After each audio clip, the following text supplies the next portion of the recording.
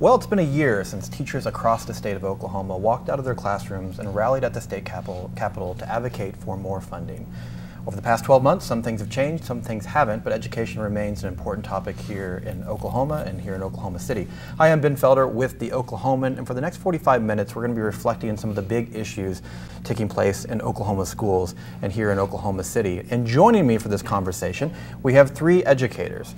To my left here is State Superintendent Joy Hoffmeister, Oklahoma City Superintendent Sean McDaniel, and Roosevelt Middle School teacher here in Oklahoma City, Felix Linden. And guys, thanks so much for your time. Really appreciate it. Thanks, Ben. Well, we are streaming live. You guys are participating in the conversation, but those who are watching live are also participating. We'll be giving you the chance to send in some questions via Facebook and social media. I'll be kind of monitoring that. I've got a few questions of myself to ask here over the next 45 minutes, but as we jump right into it, let's start. We are a year away from the walkout with such a big historic moment, not just in education, but for the state as a whole.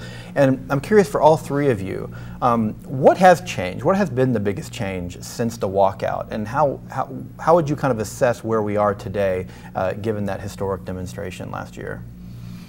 You know, I would say engagement. Teachers are markedly more engaged in the process, from electing candidates into office, to being someone who's informed, watching bills go through this legislative session, and then engaged with those lawmakers on committees or in their own area to ensure that they know where they stand, and I'm seeing more dialogue with legislators. Yeah, well, a lot of that engagement is directed to the Capitol. As an elected official, has that made your job harder, easier? I mean, how have you interacted with this increased level of engagement?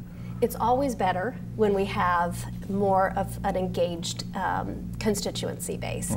And so to have teachers involved in the process is something that I think it definitely takes time to have conversations, to explain things, and I think, though, it's always better when we have groups of teachers coming. We've had teachers that just show up and say, hey, are you available to meet? And if we're in the building and able to do, just stop and meet, we want to do that.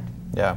Superintendent McDaniel, what about for you? Well, I would echo everything that the Superintendent said. I think to add to that, it's lifted expectations. I think it's been really a positive thing to watch the affirmation that our educators give one to another, that, hey, we made a difference, that we rallied, we got on the same page, and we made a difference, and now our expectations are lifted. I guess that's kind of that double-edged sword, is we saw the result of something that we got active in, and now we have an expectation that we can continue using our voices that way. So I think it's a very, very positive thing that we've seen as a result of that walkout. Yeah, Felix, I know you were really engaged with that walkout, and when it ended, it kind of, for many teachers, kind of felt like a thump. You know, a lot of those goals that they were advocating for didn't happen as a product of the walkout, at least after the fact. Does it still kind of feel like that way, or how have you been able to, build off of that momentum from last year? Well, one thing that we talked about after the walkout was over was how can we continue this momentum? And so we had our local legislator out to our school, and we had a morning breakfast and coffee with that legislator, and it had some parents there from our school to talk about what the walkout meant to them, what it meant to us, and what we still expect. Just this past September, I was able to receive the $5,000 pay raise on my check, not all at once, although that would have been nice. But then also just the fact that students were engaged. We had students there at the Capitol with us side by side. We had parents, we had community members there. And so just from that perspective of everybody being able to connect with the plight of education and how we're all affected by it and how we're all touched by it, that was really eye-opening for Oklahomans from all backgrounds, and so it was one of the things I will remember most about the walkout. Yeah. You know, I'm going to just add to that. That's good, good insight. The engagement piece has been important because our teachers are asking different questions now. Okay, so the narrative last year was about first step and not one and done. And so now the questions that we get, the engagement we see, is about what's next. What are the legislators up to? How are they going to continue supporting education? Because teachers saying, parents saying, we remember the narrative a year ago was this is a first step. And so now the questions are really pinpoint. What is this going to look like through this session? How are things going to be different in a second step? And so love the engagement, love the questions that are coming. Yeah. Well, Felix, you mentioned that pay raise for educators, and that was one of the focuses, and that pay raise when it was approved before the walkout. Classroom funding was a big one, and no surprise, we've gotten a lot of questions on that, including on Twitter. Christine405 says, is there a plan or timeline to increase funding for my classroom? My kid is still unable to take her books home at night to study because there's only one set for the entire school. I know you all have different perspectives on this, but Superintendent Hoffmeister, let's start with you. Yeah. What's your read of the legislature right now in terms of is more money going to be coming to classrooms across the state? I think the answer is yes. And I think we're also going to see not only money into the classroom for very important textbooks and increase with technology, but also training and support for teachers and classroom supplies. But we are also seeing a persistent call for another teacher pay raise. So I definitely expect that there will be some form of a pay raise moving forward, and I'm pleased to see both of these things being discussed. I love that, because there are some who turn the conversation into an either or. Yeah. It's either classroom funding or it's a teacher pay raise, and we know that we need both to be competitive, to keep moving the needle toward retaining teachers, stopping that leak. We've got to have both addressed. So I think you put it well that we have an expectation. It's not a, gosh, we hope this works out. We have an expectation that classroom funding and teacher pay will be addressed this session. Felix, are you as optimistic as a teacher? We didn't have the walkout this time around, which I don't think we ever really needed to, but we were able to still engage our legislators. We still sent emails, we sent delegates to the state capitol to still pursue the funding that we needed, and also additional pay for teachers as well. One thing I like to talk about, though, is just the fact that our community has been more engaged. They've been supportive of teachers through the walkout. We had lots of businesses and local mom and pop shops supporting teachers, and so I think that right there helps to let us know that even without the legislative support, the people support teachers, and they also support students, and I think that's the biggest thing I'll take away from this. Yeah, I'm going to just give a quick shout out to our legislators. I mean, one of the things that I think we all remember were the pictures, the aerial shots of the Capitol and the people that turned out. But in my professional lifetime, I don't know that I can remember a time where legislators all got on the same page to try and move through the end of that session. So I think that was encouraging. It gave us hope that, hey, we know they can do it. We can point back to that and say, bipartisan, let's move together down this path. So again, it lifts expectations. We expect that they would continue to do that. Yeah, I mean, there's been movement on the teacher pay raise. The legislation's moving forward. The governor has said that's a priority. There hasn't been many details about the education funding component. We have till the end of May to see a budget, come to fruition. But I mean, is there, I mean, you said you've expressed some confidence, and maybe I want to just ask you again, Felix, how confident you are, but is there, when legislators are saying, trust us, we know this is important, we're going to get it done, what are you seeing from other educators across the state? Is there that trust, is that expectation, is there still a lot of skepticism, and what's your message to them? Well, I think a lot of it is just, it's all about building relationships and that trust there. Since legislators are termed out in 12 years, they have a limited amount of time to make an impact, and I don't think anybody wants their legacy to be, I didn't support education. And so I think that's why one thing that the governor one of his first priorities was to get something going for teachers. It may not be what we all wanted, but it's something in the right direction. And so I think we just need to look at what's going on out there and use that momentum to try to build on other wins for teachers and educators throughout the state. That's really good.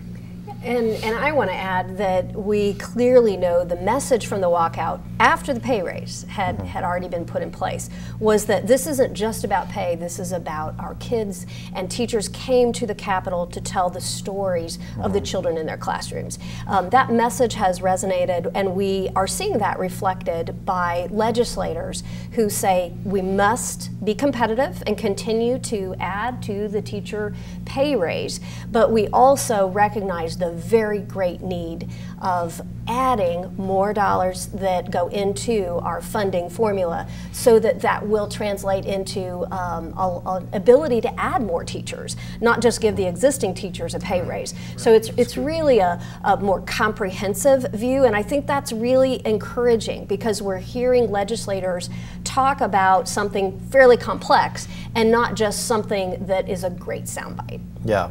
Well, the state has obviously an important role to play. Individual districts do as well, and I know Superintendent McDaniel, with your district, you guys are undergoing quite a big transformation right now. That's what I heard.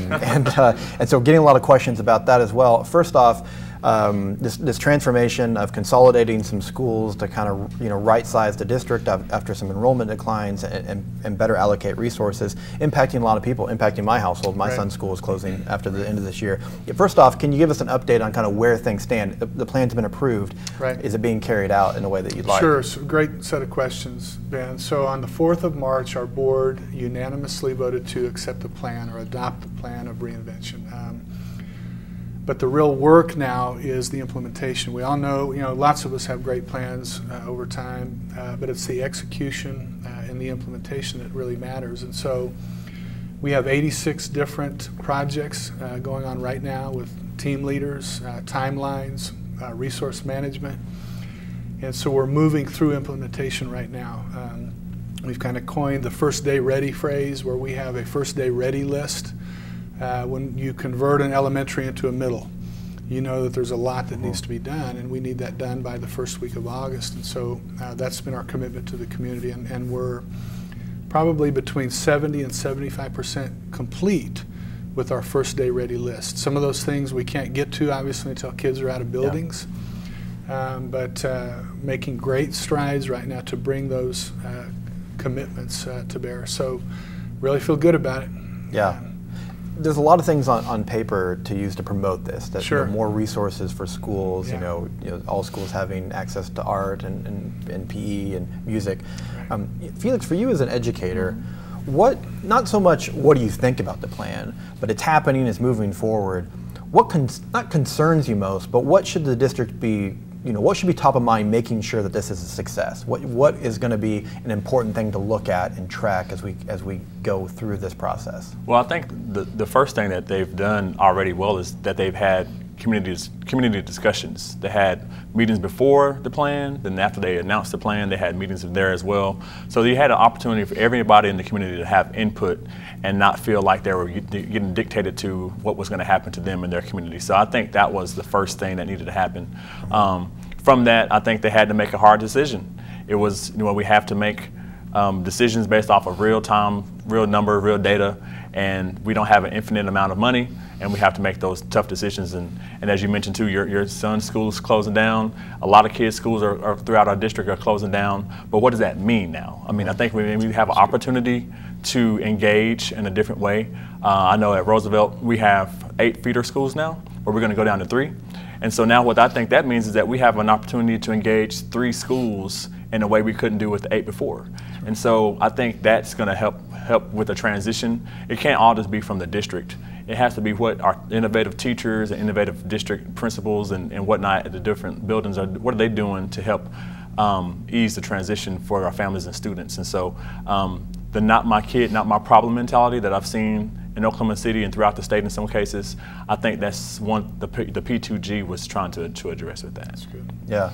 Superintendent Hoffmeister, I mean, I know this is a district plan, but I'm just curious, what are your thoughts as you kind of watch this, the state's largest school system going through quite a shift? Well, that's right, and thanks for the opportunity to address this. It's exciting. It's exciting to see the leadership, and I want to really congratulate you on the ability to go through something so disruptive to so many families, yet come through that first step with unanimous support on the board. And then to see the community continue to work on behalf of all kids, recognizing that this is a complex issue that, and frankly from the state level, Oklahoma City is our largest school district in the state. For Oklahoma to rise in academic outcomes, we must see success in Oklahoma City. And it's actually, I think, a very promising time for kids. Yeah. One question we got on Twitter here from Mr. McCoy, and he asked several questions, but a couple of them are here. Is there a better funding model than what's currently in place? And he gives us some examples, like should the number of districts be reduced? Should teachers be paid for 365 days instead of 180 days? Going to throw in some ideas. But we have our funding formula, and it's one thing to talk about adding more money to that formula, but should the formula be adjusted? Is there things with how schools are set up and how they operate that you think should be adjusted in order to maximize our dollars? What ideas are out there that maybe you like, Superintendent Hoffmeister? Well, actually, we did have last legislative session ushered in a state aid task force where we did look at the state funding formula, brought in outside researchers that do this kind of evaluation across the states, and kind of pointed out some positives, weaknesses, strengths in our system, and made recommendations. Those recommendations have gone to the legislature and are making their way through the legislative process. So I do think there will be some changes. Some of that will be to modernize some of the terminology, as well as then attach greater weights to children who have greater needs in some specific categories. But yeah, there are many other states that do things in a different way. We can always improve, and I think that we are ripe for this kind of discussion, especially at a time where we're going to be adding more money into the funding formula. You can't make changes without offsetting some of the loss that would occur when you make a big shift. There will be winners and losers across the state. So adding funds at a time where there will be an impact to some districts to help cushion that change immediately is going to be very important with any kind of modification. But we can always improve. Yeah. Superintendent McDaniel, a few people have asked this online. One, bluntly, how long do you plan to stay? And I'm not going to ask you for your exit date. I'm sure you, hopefully you don't have that in mind.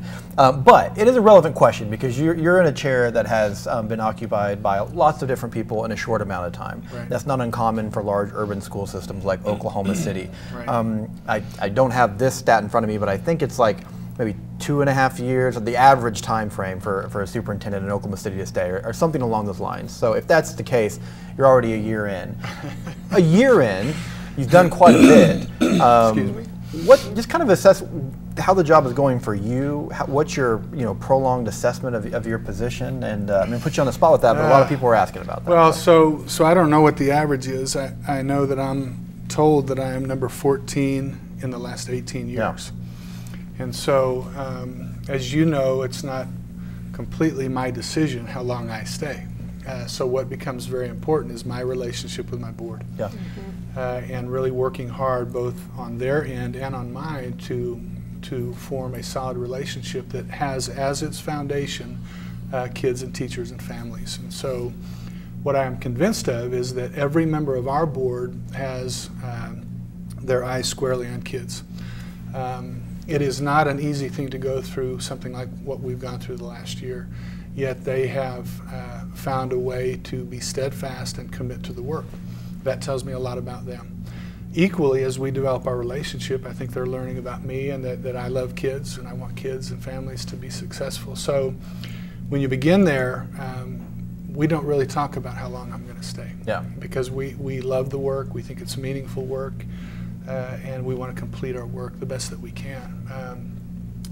What I found about Oklahoma City is that the narrative that exists outside of our school district is not our real narrative, and we need to take back our narrative. We have phenomenal families and teachers. Great example right here. We have great employees and we have focus in areas.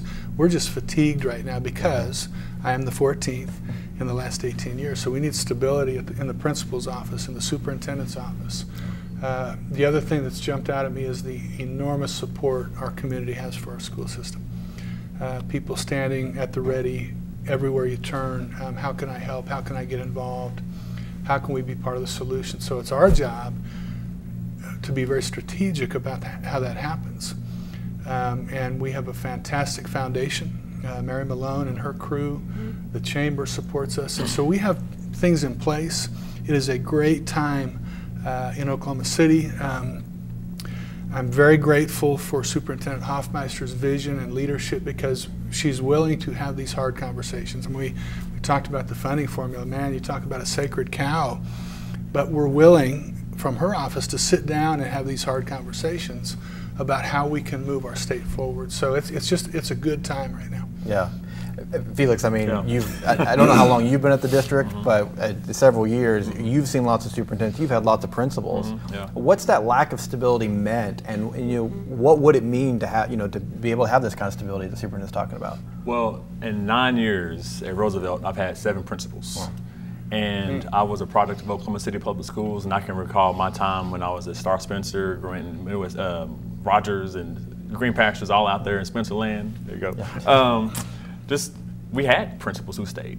We had the same principal, same teachers all 4 years when I was in high school, and it just means something when you have the same returning cast every year, and that chemistry is able to strengthen, and you just feel as a teacher now that you just feel like they're more dedicated, and that it means something to them too.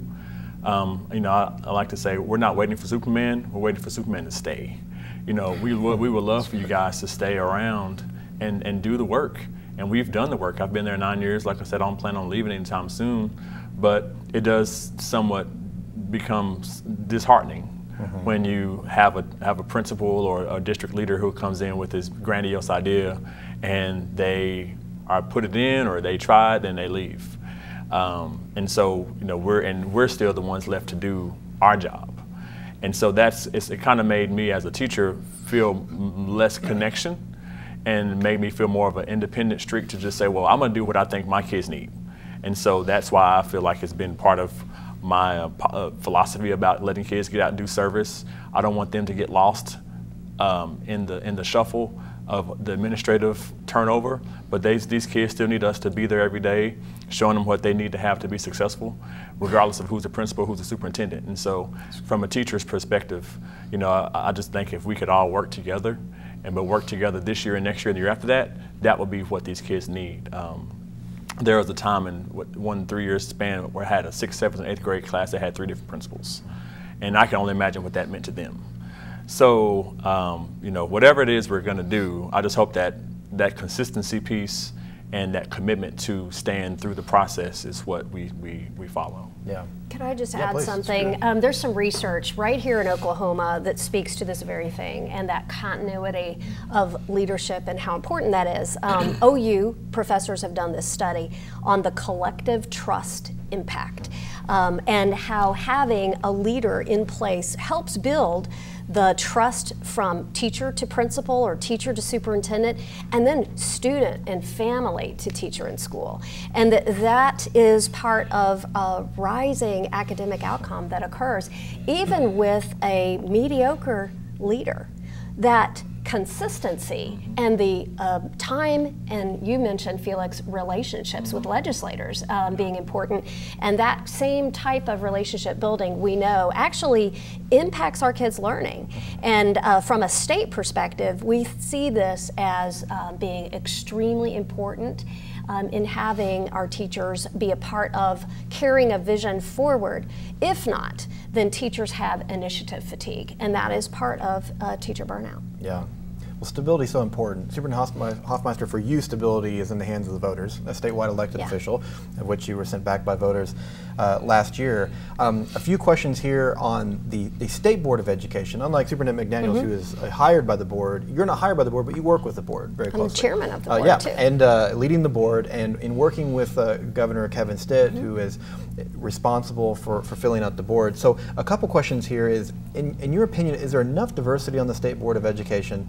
How important is it to have qualified members, but also members who look like the children they serve? Oklahoma has increasingly, diverse school system. Majority of students in the state are non-white. Just your thoughts on the makeup of the board and the direction you'd like to see things go with the new governor.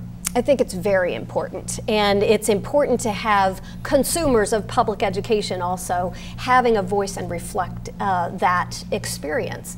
right there on the state board. And so I am very excited and encouraged for our newest board member, Carlisha Williams Bradley, who is an African-American leader in the Tulsa area and will represent the Congressional District 1, mom, and someone who has been a part of the research of Impact Tulsa and working already in partnership as a research partner in the Tulsa County area with the 15 school districts that work there. So we're very pleased. But we also know that where those positions are not reflecting the kind of diversity, there are things we can do right now and have diversity of experience as well that we can build. And so we have built an equity advisory council that the department is building and using that will have a launch date of May 6th. And we're bringing in partners from a whole variety of diverse backgrounds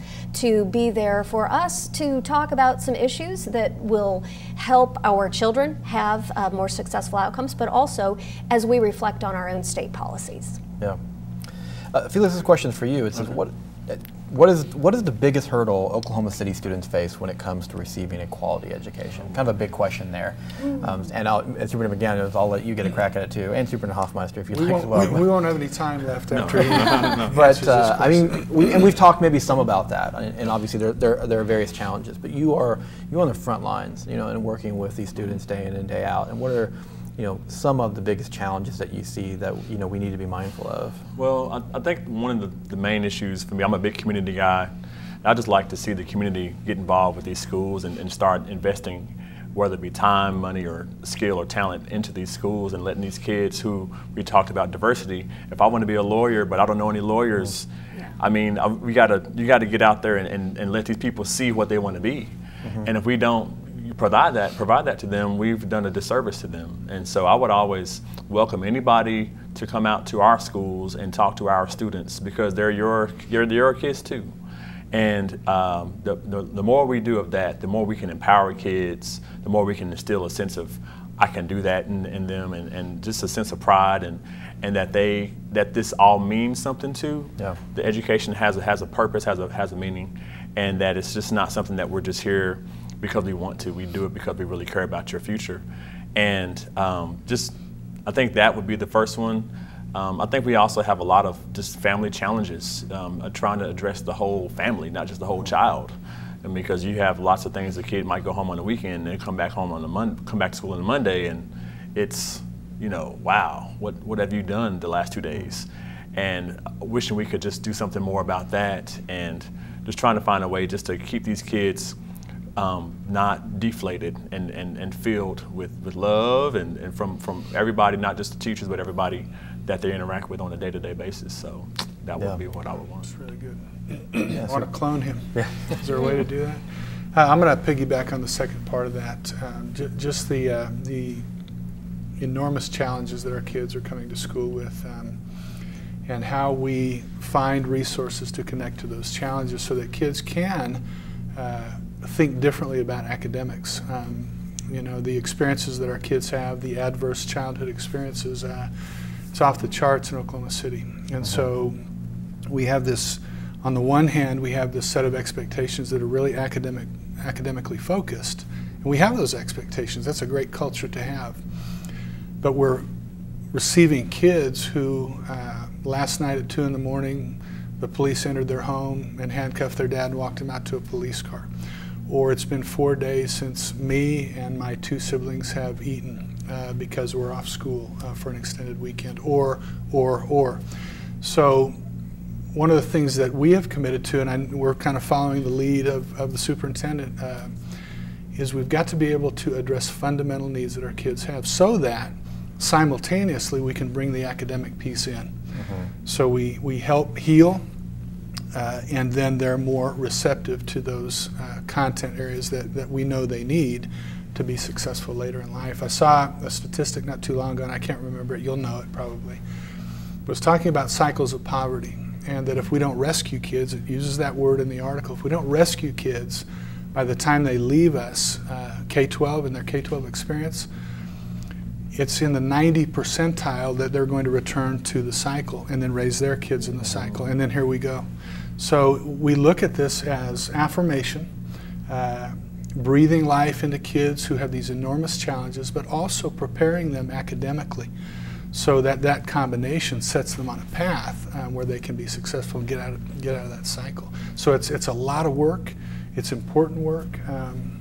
And I'm grateful. I mean, I feel very grateful I get to sit here with these guys. On the one side, we have our state leadership who is really charting new territory for us.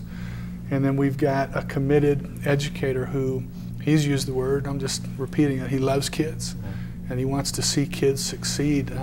Man, again, I think I've said this, we're in a great position right now in Oklahoma.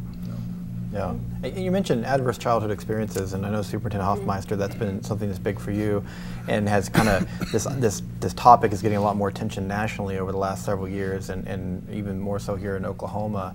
Can you kind of reflect on the focus on this experience and kind of why it matters when we're shaping a state education policy in a school system? Yeah, well, academic progress and success at school doesn't happen in a vacuum. We have to start right where our kids are, and first we have to face the facts. That nearly half of our children have a ACE score, or Adverse Childhood Experience score, of a scale of 0 to 10. They're right at 3, half. Okay, and then Oklahoma leads the nation with the highest concentration of kids who have trauma level score of 4 or higher, and that is a severe and troubling statistic that we can't ignore, and we can't just expect things without first addressing what is needed before you can learn. And so it does take looking at the child as a whole individual and thinking about what the whole school can do to support them and the whole community. And when we do that, we also need to leverage the power of hope. When our kids have the ability to see what is lying ahead of them in career opportunity, as Felix was talking about, you can't see, you can't be what you don't see, I think is what was implied and said. And we have a way we can work through our programs, and I think Oklahoma City is part of that pilot, to help our children all have an individual career academic plan that starts early, that involves family, involves teachers at all different grade levels to begin to talk about that. And what we're hearing is that is providing a mental health component that fosters hope, that there is something ahead for me as a student.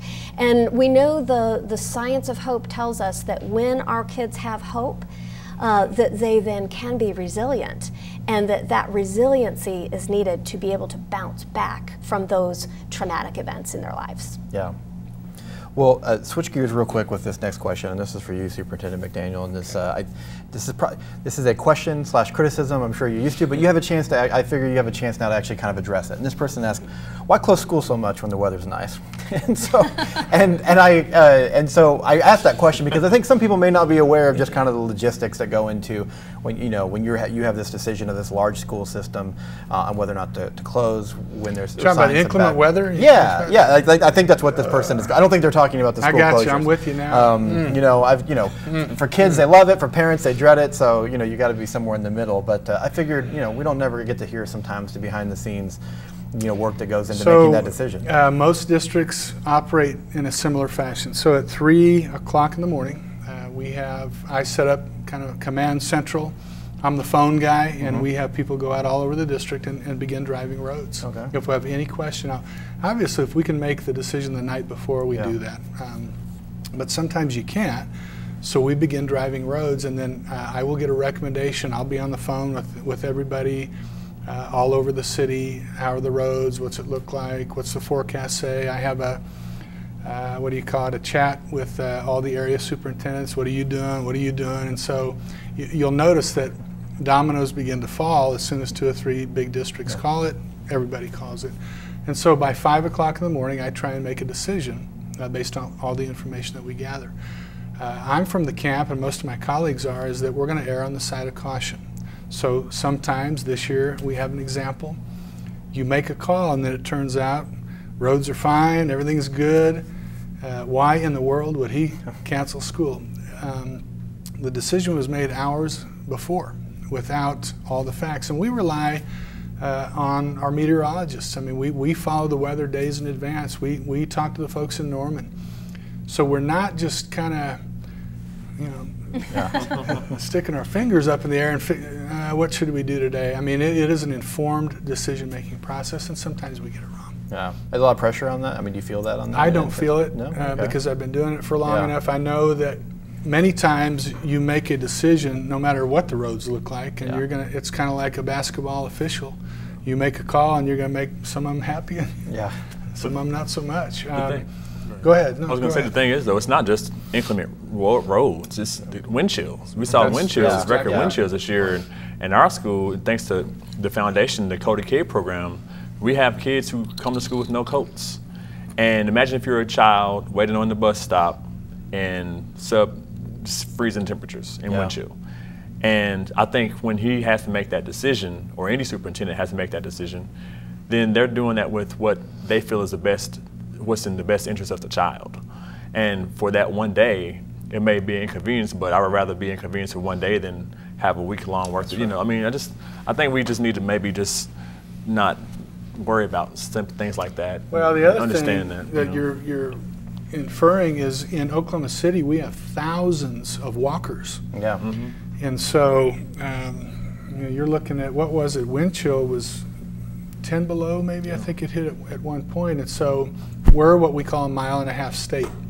So if you live inside of a 1.5 miles, the law tells us we do not have to provide transportation. And so during budget cuts over the years, we have really adhered to that 1.5 miles. So imagine a first, second, third grader walking a mile or more in 10 below weather. So yeah, the roads are great, but we don't want to expose our kids to that kind of a risk. So yeah, there's a lot to it, more than reading the scrolling along the bottom. Well, we're out, and the roads are great. There's a lot that goes into it. Yeah, and obviously so much. I mean, you want to be in school for a lot of reasons. Absolutely, one, because that's what you're here to do. And but there's things you're working on too. That's another great point, because we know that we have kids in many of our districts, if not for breakfast and lunch at school, I may not eat that day. Yeah. And we all have backpack programs, but that's really the emphasis there is on the weekend. So if suddenly on a Wednesday we're out, we're trying to get kids to school so they can eat breakfast and lunch. So again, just a lot that goes into it. Yeah. I think it'd be kind of neat one day though. What if in the future every child had their own laptop with Wi-Fi, so that way if we had a school closure, a teacher could upload an assignment to Google Classroom, and you can still continue work. Because I know as a teacher, you have that lesson planned, and oh my goodness, can't wait to get to school, and the night before it's canceled, and so then it kind of takes off your rhythm, or just the fact that kids still want to be engaged even. And I think that would even, you know, just I mean, I know I'm not saying that we need to have it, but it's just nice to have, you know, if we get, you know, if we're going to close school, maybe have an option where kids can continue learning, and that way they understand that just because school is closed, we don't stop learning. That's good.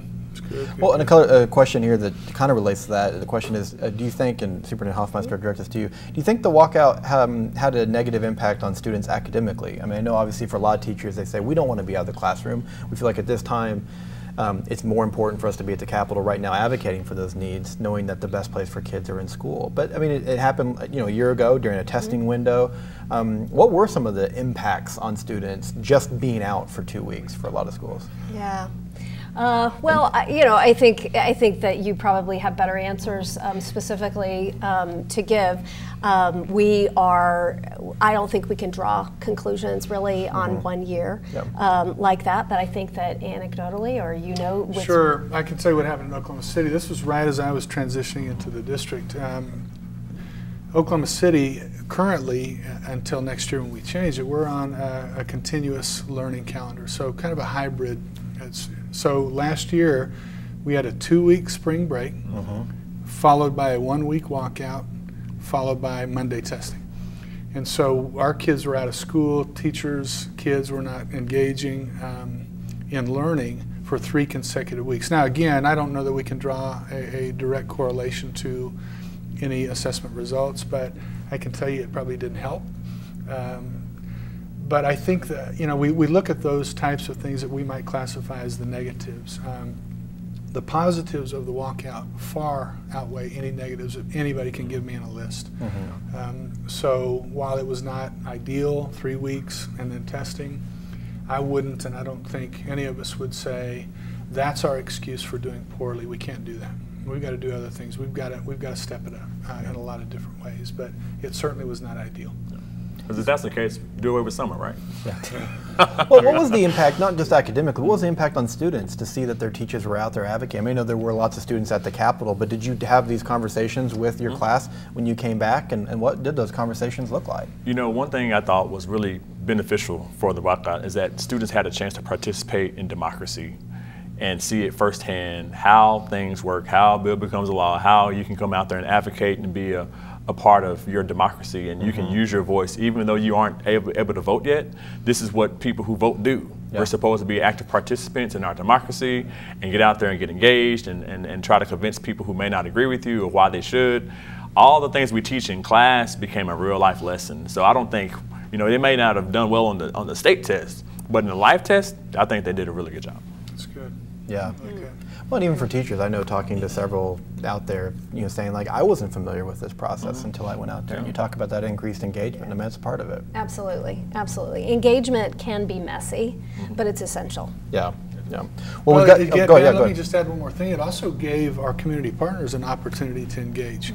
If you remember, many of the districts in the metro were so concerned about their kids who were out of school and their nutrition that we had Feed the Children step up, we had the regional food bank step up, and others who said, how can we help? And we suddenly saw pallet after pallet after pallet, and then locally we would set up breakfast and lunch opportunities for kids. So if not for walkout, I guess it's a silver lining, but if not for walkout, there would not have been those types of significant opportunities for our community to engage and say we want to help. So I think a lot of good came out of it, not just the dollars and cents of it, but a lot of other things that make up that positives list for us. Though I do feel in some cases we made it too convenient for parents. You know, I don't think a protest should ever be convenient.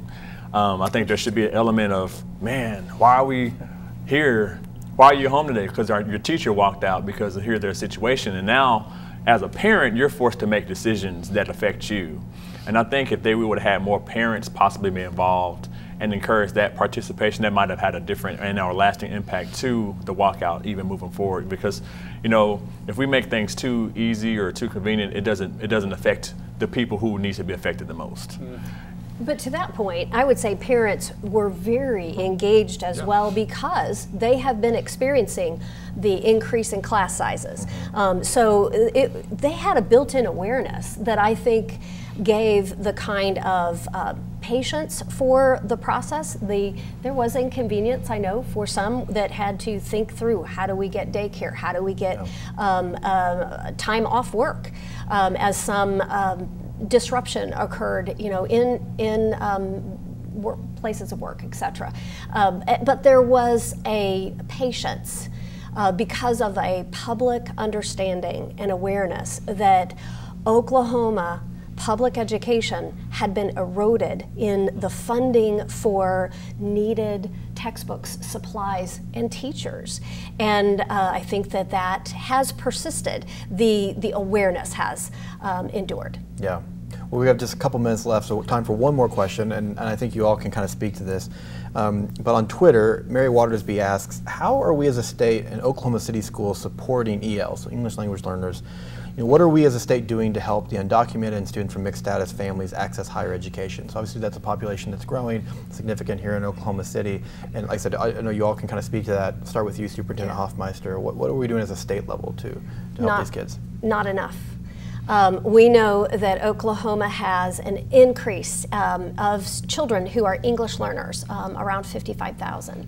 And we, as a state, have not kept pace with the need. We have not been able to train teachers to give them the kinds of supports that they need. And that is something that we at the State Department of Education can shoulder and can provide. One way we have really been more transparent about that is with our school report card, the dashboard. It does display the performance of students that are English learners in different subjects, in different schools, and then also how they are progressing with their English language learning. One thing I want to point out is that Oklahoma is starting to see the benefit of those who are gaining English proficiency, and these are students that are actually now outperforming those that did not have a second language. We know from the science that the architecture of the brain actually changes with an additional language, and so there is a built-in advantage for those students who are English learners, and we are seeing that they are outperforming those who do not have that. So in time, we're going to see the benefit of that investment. That's good. So as you might imagine, a number of those 55,000 that she referenced go to school in Oklahoma City Public Schools, and so I would echo that not enough. For us, it's a part of our equity plan where we look at those with the greatest challenges and we make sure that resource deployment is equitable. So we know that because of the challenges there, we need to get more resources. We need more teachers' assistants, bilingual teachers' assistants. We've got a great opportunity through our foundation called the Bilingual Teacher Pipeline, where we take TAs and we pay for their education through the foundation to get them a degree, as long as they'll commit to coming back and teaching for us. And so it's kind of a mixture. You know, we need kids who see adults who look like them, who that provides a vision, a model. And then we need resource deployment. And so we've got to step it up in both areas. We're kind of tinkering around the edges right now. We need to do more, for sure. Let's give you a last word on this. I think a lot of it goes back to bringing Todd back in. Is if we have teachers who stay in the classroom, they stay and they retain that year's worth of knowledge and how to work with ELL populations, and the training that we get that's embedded throughout this course of the school year that can help us in providing an adequate education to this population. I think that's what we need to do first, is just have teachers and administrators and from top down commit to providing a quality educator in each classroom, and if that knowledge that they'll bring back every year will help out immensely. One thing I think the legislature could do is that if you're a student here in Oklahoma and you were brought here and you've been here your entire time and you graduate, you should be eligible for the Oklahoma's Promise program. I think that is the one thing that we can do. It doesn't make any sense to educate a child from K through 12 and then they graduate from high school, in a public high school in Oklahoma, and they can't go to college because they can't qualify for the Oklahoma's Promise program. I think that is one of the main issues that we can do to show that we are committed to this population, and that we're trying to let them know that we value them and that we want them to stay and be a part of our state and help it grow as we've done before. Yeah. Well, 1 year since the walkout, one thing's sure, the focus on education remains intense and high, not just for educators, but parents and members of the community. And thank you guys so much for coming in and participating in this conversation today. Thank you, Dan. So Felix Linden, Superintendent McDaniels, and Superintendent Hoffmeister, our guests, and thank you for participating out there. I'm Ben Felder with the Oklahoman. Thanks for joining. You can also watch an archived copy of this on the Oklahoman's YouTube page. We'll see you again. Thanks.